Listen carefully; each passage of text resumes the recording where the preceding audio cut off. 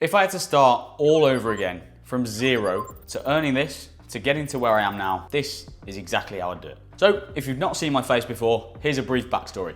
I joined the Royal Marines in 2016 through pure obsession around training and preparing for that course. I would say overly obsessed with the training part of becoming a Royal Marine. I trained and prepared for probably 4 years. That was from the ages of 14 to 18. I had no real structure, I had no real plan. I was just all effort and no guile. I would train twice a day, most days, burning myself out multiple times and building no actual strength or robustness. I was very good in terms of my engine and cardio ability, but my actual strength and my ability to handle load and discomfort wasn't tremendous at that age. After college, I joined the Marines, went through training, a 9-month process where midway through I failed an exercise and got put back 1 month in training.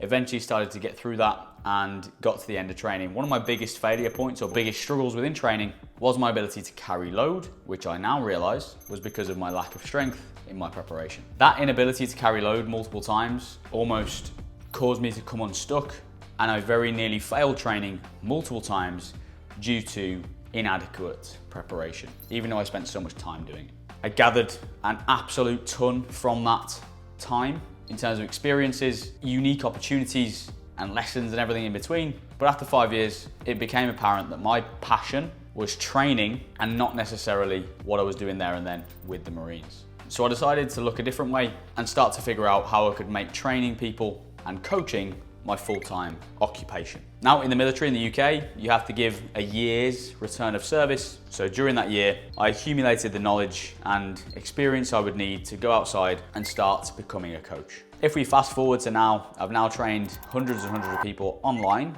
and in person, both to lose weight and build confidence, but also more specifically to train for military courses and actually go and live the life they want to live. From my experience, now working with all those people, most people struggle with a similar thing. And it was actually what held me back. Most of it is lack of progression and structure, and it's underpinned really by ego. The inability to ask for help holds so many people back. We hear it all the time. Now with our clients who come on board and start to win, they often tell us, I wish I'd have started sooner. And the reason they didn't is because their ego was stopping them reaching out. That was me when I was younger. I'm now the antithesis of that. So if I was back in my younger years, trying to join the Marines or trying to prepare for anything physical, anything arduous, here's what I'd actually do. The first phase is super simple. It's a foundation phase. We typically, with most people, will spend the first 12 to 16 weeks, depending on the person, going through what we call a GPP phase, or general physical preparedness. And this is improving your general athleticism. So your ability to run, jump, hinge, squat, all of the basic movement patterns that you need to be efficient at to become athletic. And we're trying to expand those things across the board. In the first phase, we like to go broad before we go narrow to make sure that foundation, that base of our pyramid is set up so that now when we build upon that, we have the foundations to accommodate these things. So build an aerobic base, building a foundation of strength, improving some mobility, getting some basic habits around sleep and nutrition to underpin all of these things are super important for when we go more advanced and more narrow later down the line, because then we have the proper structures in place to handle the more complex elements. So I would spend the first 3 to 6 months making sure that I have a foundation built. What this also causes you to do is shift your mindset a little bit, and it makes you prioritize long-term gain over short-term satisfaction. It's very satisfying short-term to go and really smash a hard session or go and do all of your heavy strength work off the bat and test yourself every week. Really satisfying, but not very useful long-term. It's not got much longevity to it. To have the approach of doing your base building work, doing slow zone 2, longer runs, doing your percentage-based lifting, all of the boring mechanical foundational stuff for a long period of time takes some discipline. It takes some longer term thinking. Because if we don't have that, which in future is going to serve you really, really well in other areas of your life. Once we're satisfied that we've built a foundation, which I would be looking for certain metrics, for example, and these aren't all true for everyone, but for most people, we're looking at a back squat of 1.5 times your body weight. We're looking at a respectable 5K time, a respectable 10K time. We're looking at the ability to do some of our prehab assessments to a good standard so that we can start to give the individual, or myself in our example, intensity. From there, for the next period, so the next probably 12 to 16 weeks, we're looking at progression. So we now take the data that we've gathered in the first 12 weeks and figure out where are we weakest. For myself, I know for a fact that strength would have been one of my weaknesses. And so at the end of this 12-week block, I would have tested some stuff and I would have figured out that my weakness lay in strength and probably endurance at that point. And so for the next phase, we can start to be more directional, more narrow on those things, because we now have a base built up. We can afford to go a little bit more specific and start to dial in some of the weaknesses and discrepancies that we have in our ability. So we're starting to become quite granular with our approach, which overall, over time, is going to shrink the amount of time we need to train for something. It's not going to now take me 4 years to get from point A to point B. It's going to take me maybe a year, because we're doing things in the proper way. So you can see how this approach can not only save you time and energy, but also can save you money from investing in certain things for a period of time, and can just prevent a lot of wasted energy. From a training perspective, and continue to test and adjust for that individual and keeping the end goal in mind, which for me when I was younger would have been the Royal Marines. I would have had a set of standards I wanted to hit. Once I hit those, I would have put my application through and I would have had a much better time in recruit training with the proper preparation. Something I also learned the hard way during Royal Marines training was the value of mindset. Some of the things I had to overcome, I just wasn't very well set up for. And again, in my preparation, I could have been much more effective with preparing for those things. So showing discipline, actually dealing with hardship on a regular basis in your home life or in your preparation, means that when you get there and certain things are expected of you, certain amounts of discipline are expected of you, it's not so much of a shock to the system, and you can adapt much more easily to those situations. So in my preparation, I would do 1 to 3 things daily that made me feel uncomfortable,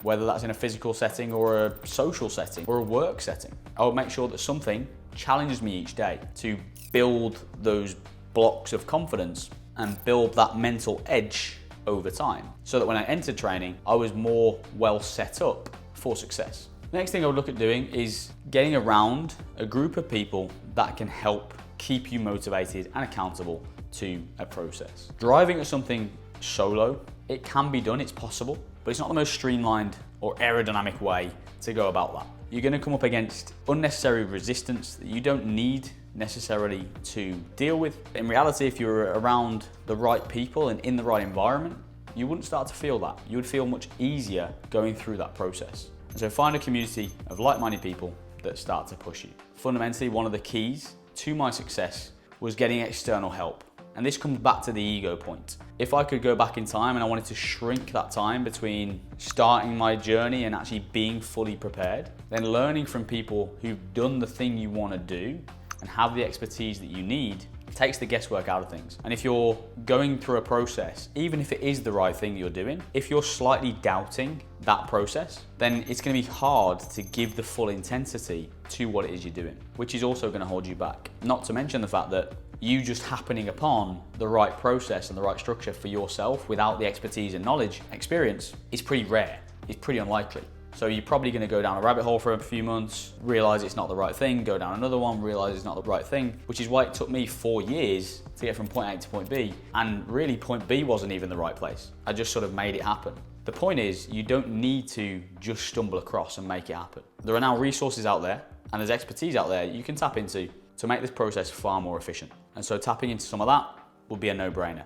Since leaving the military, I've done this countless times for my business, countless times for my fitness, and it's made the world of difference. Even though from a fitness standpoint, I know what I'm doing. Someone to keep me accountable, someone to give me a unbiased, neutral program is an unbelievable value add. So if we jump to my actual time in the military, what would I do differently? There's one thing that sticks out, and that's to just maximize all of the opportunity that you get given in the military. I don't care which area of the military you're in, I don't care if it's RAF, Navy, whatever it is, there is opportunity there, and it's everywhere. And if you want to look for it, you can find it. If something comes down the line, if an opportunity comes in, very easy because they come in so often to brush it aside. It's going to be available next time, there's going to be something next week. Whereas when you leave, since leaving I've realized this, those things are valuable and those things don't come about in the civilian world. They don't happen as often. You have to go and put yourself on courses, you have to go and take yourself shooting or skiing or anything else it is. It can feel like a chore in the military for some reason to go and do some of these interesting and cool things because they come with a little bit of work or a little bit of responsibility or some organization. But all of those things shrink into nothing when you remember them and look back.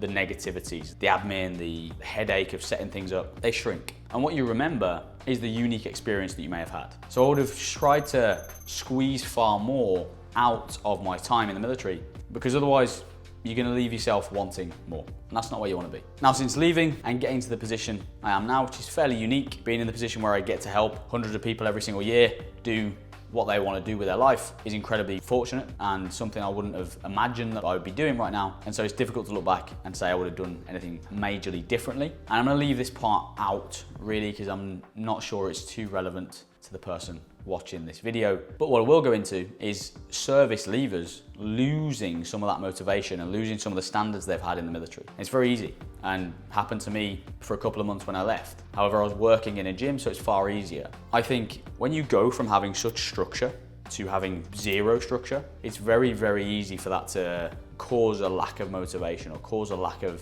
self-accountability or a lack of self-discipline. So you have to engineer some of those structures. You have to make sure you're holding yourself to standards that previously you were getting held to by someone else. So this is where discipline comes in. You either have to end state those standards yourself and have some non-negotiables and say, look, I'm gonna train X amount of time a week, I'm gonna eat this way, I'm gonna eat this amount of protein, I'm gonna do whatever it takes to keep myself in shape and have a minimum standard for all of those things. And you have to keep yourself to that. Alternatively, you can get help with it. Again, your physical fitness and health is the base priority. It's the number one thing you should be looking at. Your time in the military should have shown you this, that you're at the top of your game when you're fit and healthy. So if when you leave, you're unable to keep yourself at that certain level, well, it has to happen. So get someone in who can help you with that. Can they create a structure for you? Can they keep you accountable to a process? And do you trust them and like them enough to engage with that process? Coasting with your physical fitness is never okay. Whether you're a busy dad, whether you have minimal time. We have clients from all demographics, working 80 hours a week, big corporate jobs,